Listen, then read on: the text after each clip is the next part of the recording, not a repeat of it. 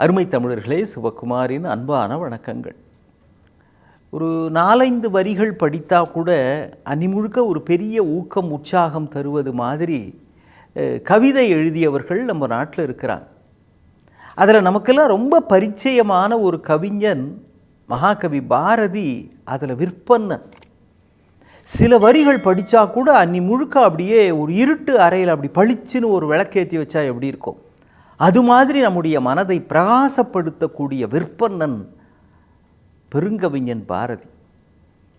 அவன் ஒரு கதை மாதிரி ஒன்று சொல்கிறார் பாருங்க. ஒரு நாள் இவர் இப்படி காட்டுக்குள்ளே போய்கிட்டே இருந்தாராம். சின்னதாக ஒரு நெருப்பு சின்னதாக ஒன்று இருந்துதான், அக்னி குஞ்சுன்னு வைங்கள சொல்கிறார்.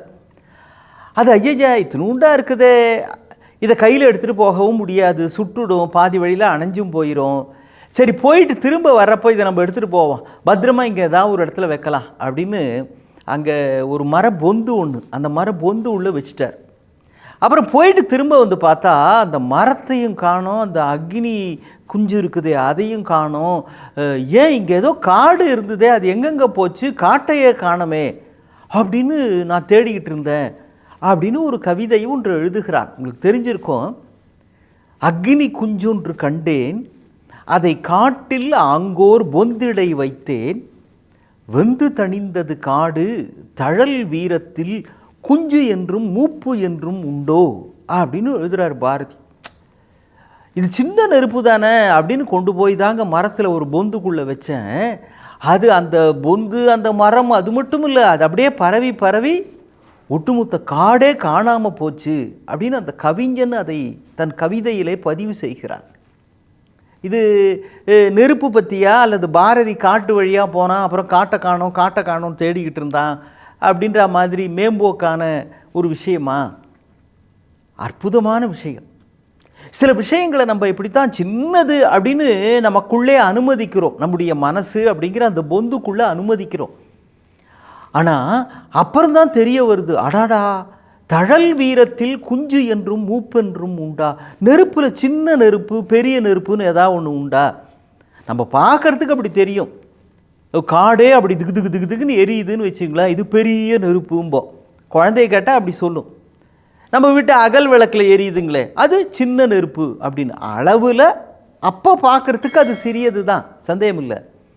காடு பெரிதாக எரிகிற பொழுது அது பெரியது தான். ஆனால் இந்த சிறியது தான் பெரியதாக பெருவடிவம் எடுக்கக்கூடிய பேராற்றல் அதற்குள் புதைந்து கிடைக்கிறது. அல்லது அது எது பக்கத்திலே கிடைக்கிறதோ அதையெல்லாம் தன்வயப்படுத்தி கொள்ளுகின்ற தன்னிகரற்ற ஆற்றல் நெருப்புக்கு மட்டும்தான் உண்டு.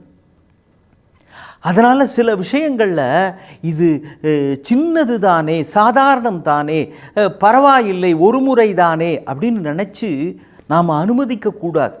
அதை தான் பாரதி சொல்கிறார். ஒரு பெரியவர் ஒருத்தர், அவர் பிள்ளைங்கள்லாம் வெளிநாட்டில் இருக்கிறாங்க, ஒரு 60-65 வயசு பெரியவர்.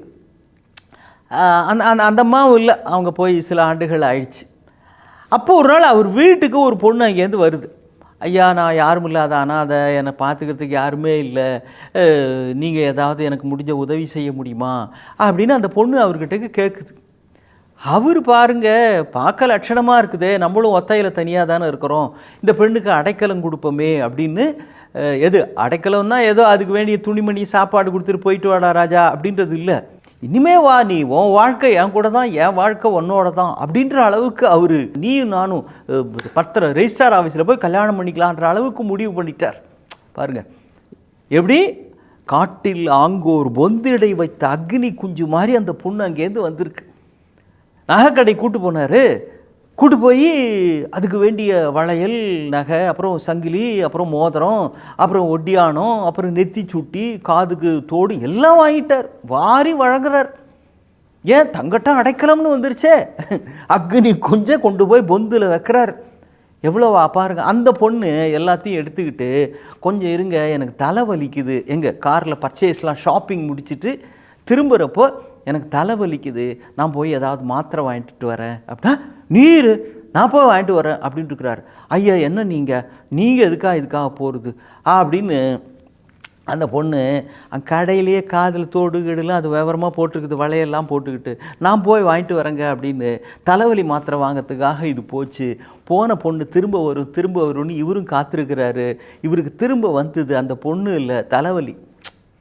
அந்த பொண்ணு போனது தான் தலைவலின்னு சொல்லிட்டு போகிறப்போ இவருக்கு தலைவலியை கொடுத்துட்டு போயிடுச்சு. தேவையா இது?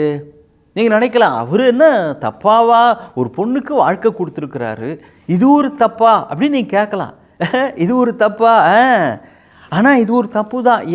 ஏன்னா நம்ம பெரியவர் வள்ளுவர் தானே சொல்கிறாரு, எப்பா ரைட்டுப்பா நீ நல்லது பண்ணோன்னு நினைக்கிற, ஆனால் யாருக்கு நல்லது பண்ணுற அப்படிங்கிறதையும் கொஞ்சம் யோசித்து செய்ப்பான்றார். எப்பேற்பட்ட விஷயம் பாருங்கள். நன்றாற்றல் உள்ளும் தவறுண்டு அவரவர் பண்பறிந்து ஆற்றா கடை அப்படின்னா, நல்லது பண்ணுறதுல கூட யாருக்கு பண்ணுறன்றது முக்கியம். ஏன்னா இந்த பொண்ணுக்கு வாழ்க்கை கொடுப்போன்னு இவர் நல்லது பண்ணுறதாவே வச்சுக்குவோம் அப்படி நினச்சா கூட கட்சியில் அது பாருங்கள் ஒரே நாளில் இருக்கிறதெல்லாம் சுட்டிட்டு அது போயிடுச்சா. எனவே நல்லதானாகவும் இருக்க வேண்டும், நல்ல செயல்களும் செய்ய வேண்டும், யாருக்கு செய்கிறோம் என்பதும் முக்கியம்.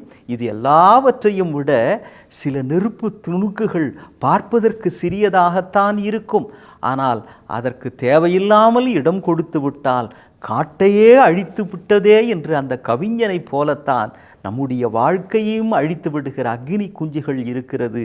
அவரவர்களும் கொஞ்சம் எச்சரிக்கையோடு அலசி ஆராய்ந்துதான் எதையும் அணுக வேண்டும் என்பது வள்ளுவன் முதல் பாரதி வரைக்கும் நமக்கு சொல்லி இருக்கிற மகத்தான பாடம். இதை புரிந்து கொண்டு விட்டால் ஒவ்வொரு நாளும் ஆனந்தமாகவும் இருக்கலாம். மீண்டும் சந்திப்போம். வணக்கம்.